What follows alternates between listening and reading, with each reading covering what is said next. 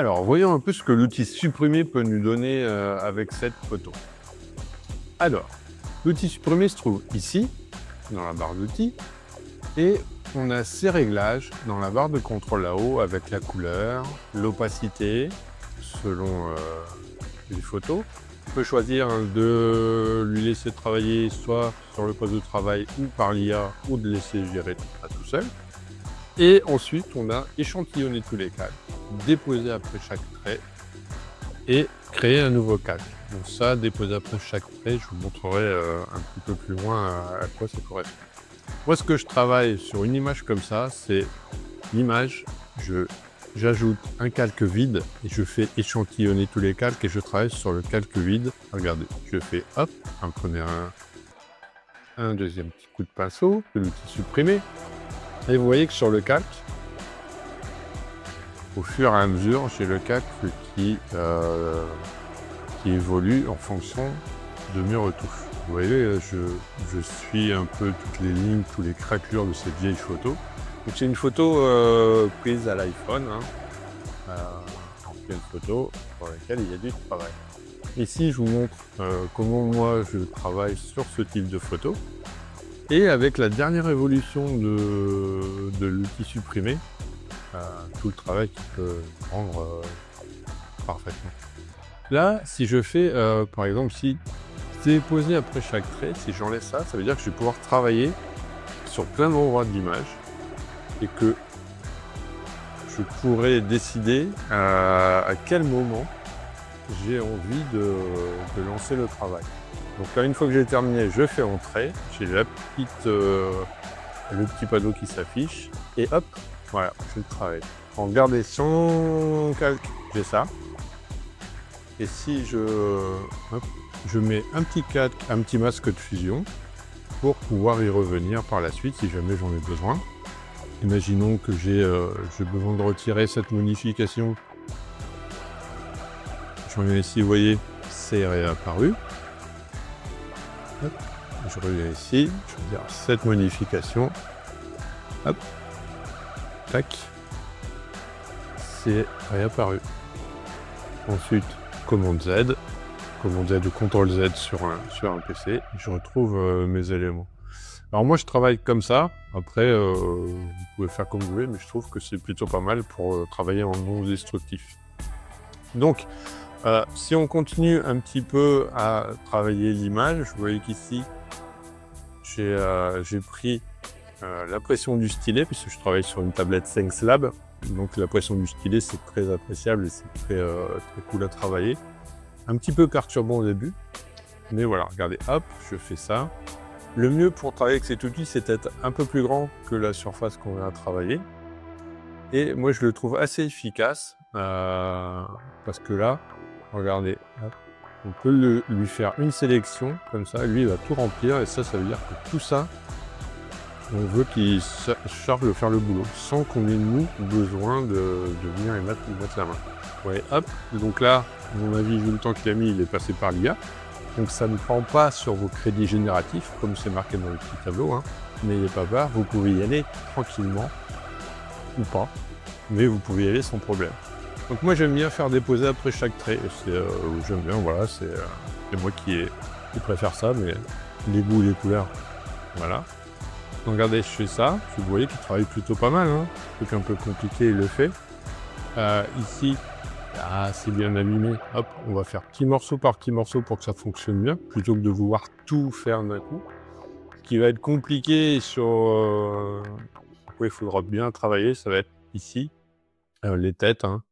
Là, je continue un petit peu là-haut, mais hop, on va faire ça aussi, tiens, un peu plus propre, grand craquelure en travers, également.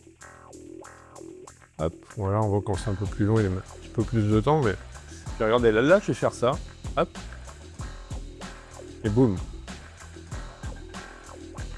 Là, hop, petit morceau par petit morceau pour que ce soit pas trop mal. Évidemment, là, on va arriver sur le petit problème. Donc là, on va faire ça. Et après, on viendra le travailler classiquement pour bien tout remettre comme il faut et un peu à l'ancienne. Et moi, ce que je voulais vous montrer, c'est qu'ici, tous, regardez, hop, j'arrive quand même à bien rattraper hein, sans me précipiter. J'ai quand même plutôt des trucs assez sympas. Hop, voilà. On va refaire un petit peu là. Je vais mettre là. Bon, on a 90% du boulot qui est fait avec cet outil. Et moi, je trouve vraiment ça pas mal. Parce que si je continue un petit peu à éditer, voilà, l'image au départ, elle est quand même assez bien amochée. Et moi, ici, juste avec l'outil supprimé, le calque vide sur lequel je travaille et avec lequel j'ai sélectionné, échantillonné tous les calques, je viens faire tous mes petites modifs dessus. Et comme ça, je peux voir jusqu'où je peux aller. Si ça me plaît pas, je peux y revenir. Je ne suis pas destructif. J'ai toujours mon image d'origine avec le calque qui est par-dessus. Donc ça, c'est vraiment quelque chose qui est vraiment très appréciable. Regardez ici, hop, on refait une petite sélection un peu tordue. Ça fonctionne.